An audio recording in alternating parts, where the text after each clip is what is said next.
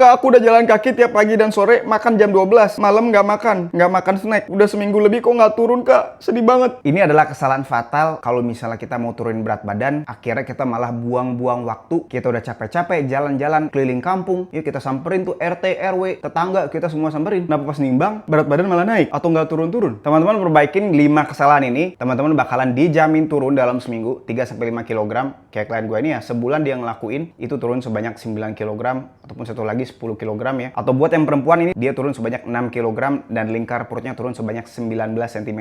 Teman-teman bisa lihat tanggal before dan after di chatnya ini. Jadi kesalahan yang pertama, kita mau jalan kakinya itu terukur. Nggak bisa misalnya kita jalan pagi sore, tapi kita jalannya ya asal-asalan, asal jalan. Kita mau setiap pagi dan sore itu jalannya minimal dalam satu hari 10.000 langkah sampai 15.000 langkah. Jadi paginya misalnya kita 50 menit, sore kita tambah lagi 50 menit, oke? Kesalahan kedua, kita mau perhatiin makanan-makanan kita sehari-harinya. Tadi lu bilang makannya hanya sekali ya. Gua nggak tahu makanan lu itu apakah dia banyak karbonya, proteinnya sedikit, sehingga protein lu nggak tercukupi. Tidurnya pun jadi nggak cukup, oke? Jadi kita mau makannya itu minimalnya 50-100 gram protein. Kita makan 2-3 kali. Yang penting kita mau karbohidratnya direndahin banget. Kalau bisa, kita nggak pakai karbo, biar progresnya tuh cepet. Biar kita kalori defisitnya terjamin. Jangan lupa juga kita wajib kasih garam. Kalau nggak, teman-teman bakalan pusing, lemes, keliangan. Kalau cairan kita kurang di hari itu. Oke? Itu kesalahan yang kedua ya. Kita mau audit makanan-makanan kita harus tinggi protein dan harus cukup proteinnya. Nah, kesalahan yang ketiga, kita juga wajib untuk perhatiin minuman-minuman kita. Bisa aja kalau misalnya kita makan sekali, tapi minuman kita apa? Masih tinggi kalori. Contohnya minuman-minuman manis ya. Ataupun misalnya kopi-kopi yang ada susunya, yang ada gulanya. Oke? Itu tinggi banget kalorinya. Kalau misalnya teman-teman mau ngopi, mau ngeteh, itu yang pahit aja. Kalau mau manis pakai stevia aja. Oke, itu kesalahan ketiga. Kita wajib stop dulu mengkonsumsi minuman-minuman manis ya pada saat sedang berprogres untuk menurunkan berat badan ini. Yang keempat, kita juga mau perbaikin tidur kita ya. Kalau misalnya tidur kita kurang, nanti performa jalan kaki kita bakalan gak maksimal. Dietnya pun kita jadi pengen yang manis-manis, gampang lapar gitu ya, kita nggak bisa nahan lapar. Kalau misalnya tidurnya masih kurang dari 7 jam. Jadi kita mau tidur 7-8 jam ya, setiap harinya dalam seminggu. Yang terakhir yang kelima, kita juga mau ngukur berat badan kita ya, setiap harinya itu dalam seminggu. Dan juga lingkar perutnya nih dalam seminggu setiap harinya. Kalau misalnya nggak terjadi penurunan atau bahkan kenaikan, kalau misalnya kita sedang mengalami menstruasi, itu hal yang normal. Oke, itu berat air doang yang naik, nggak masalah. Tapi kalau misalnya nggak terjadi penurunan, padahal sudah seminggu, kita wajib evaluasi nih. Kalau misalnya teman-teman masih bingung dan pengen dibikinin langsung program dietnya, menu makanan di rumah apa aja yang kita wajib konsumsi dan apa yang kita wajib stop dulu sementara, gimana cara masaknya, bahan-bahan makanannya beli di mana, termasuk kalau kita lagi di luar, online pesannya apa ya, termasuk juga program latihan di rumah ataupun di tempat gym, itu latihannya bagaimana ya, supaya kita bisa progresnya lebih terjamin dan kita pun jadi lebih konsisten ngejalaninnya. Karena gua bakalan monitor langsung setiap hari dan kita bakalan ada meeting mingguan